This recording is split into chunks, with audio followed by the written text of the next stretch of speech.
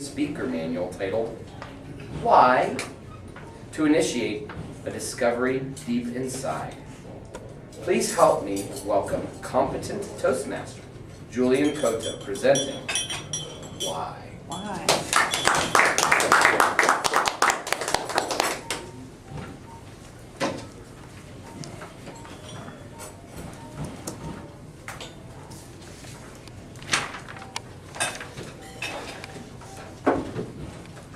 Do you remember when you were 3 years old and you were transfixed about the why of everything? Mommy, why is the flower red? Daddy, why is the sky blue? Why is the grass green? Why is the water blue? Why? And your parents responded, just because, that's all, just because. Now go play with your toys. Your parents, in their frustration, condition you as children to be just like them, to conform and not to wonder, not to ponder about the why of life, but to be busy about the myriad of chores that required your attention. And not just the minor things like making a living and paying the rent, but also the more important things like eating, smoking, and drinking. Okay. The message was clear, kid.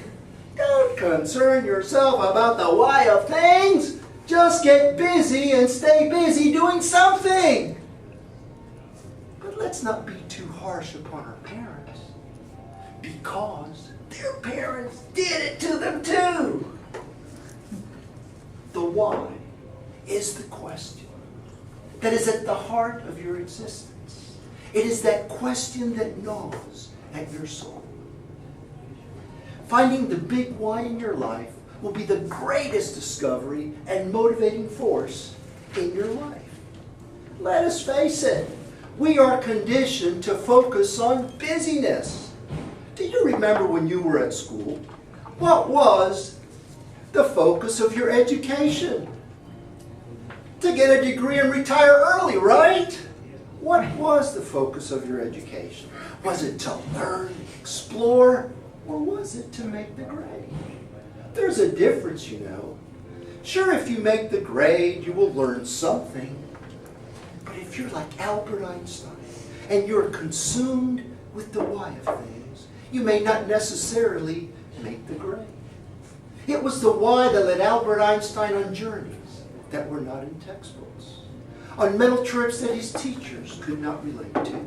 So much so that they questioned his mental ability and regarded him as being mentally deficient. We go through school heaping degrees upon degrees and magna cum laudes upon magna cum laudes, and yet do we take the time to search for our big why? Are we on a quest for knowledge for the sake of knowledge? Are we on a quest to work for the sake of work? Or are we on a mission, on a journey, for something bigger than ourselves? We are so conditioned to focus on results that it's easy for us to get caught up in the hamster wheel of life, going ever faster and faster. It's easy for us to get caught up just doing life that we forget to ask our big why. And yet, it is this question that consumes us. Is this all there is? And yet, if you don't discover your big why, your greatness most assuredly will pass you by. 2 years ago, I began searching. I didn't realize it at first, but I was searching for my big why.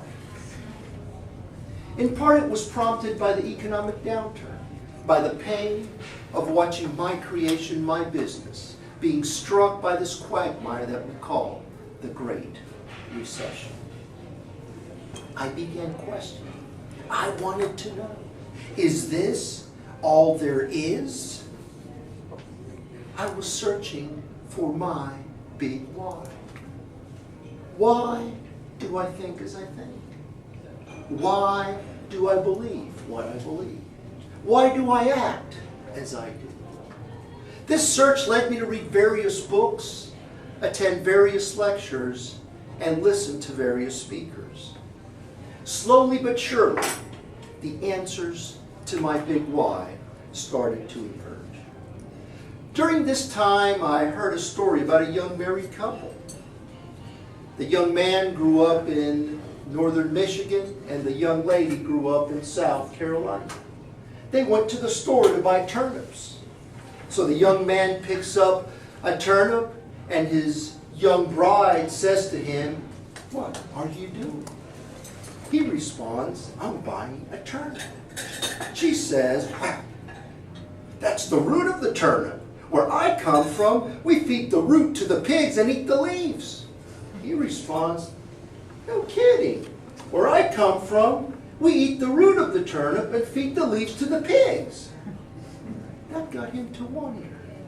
I wonder who started this tradition of eating one part of the turnip and feeding the other part to the pigs. I wonder how far back. How many generations would I have to go to find out who started this habit that now controls my life? That got me thinking. Whose program is running my life anyways? Is it some long-gone ancestor that I never knew? Or was it some teacher or some television program? Why do I think as I think? Why do I believe what I believe? Why do I act as I do? It wasn't long thereafter that I had an epiphany. I was getting dressed up, looking at the mirror, gazing upon the big, burly, brawny guy. And the guy in the mirror jumped out and said, "You're fat!" For the first time in my life, I saw myself as I really was. I realized that my eating habits were largely mindless, based upon my upbringing. That the types and quantities of food that I ate were all habits that I acquired from somebody else mindlessly. This isn't what I wanted. My vision was never to grow up to be a fat old guy. If my business and I were going to thrive and have a future, I was going to have make a radical change. The status quo was not an option. If I was going to live the dream, I needed to be as strong and as energetic as I was 20 years ago. So I radically changed my eating habits. I lost 70 pounds. I got physically fit, and I got off of all my medications. My thought life was radically transformed. So was my business life. I'm not the same man I was 2 years ago. I am now on a journey that I never considered before.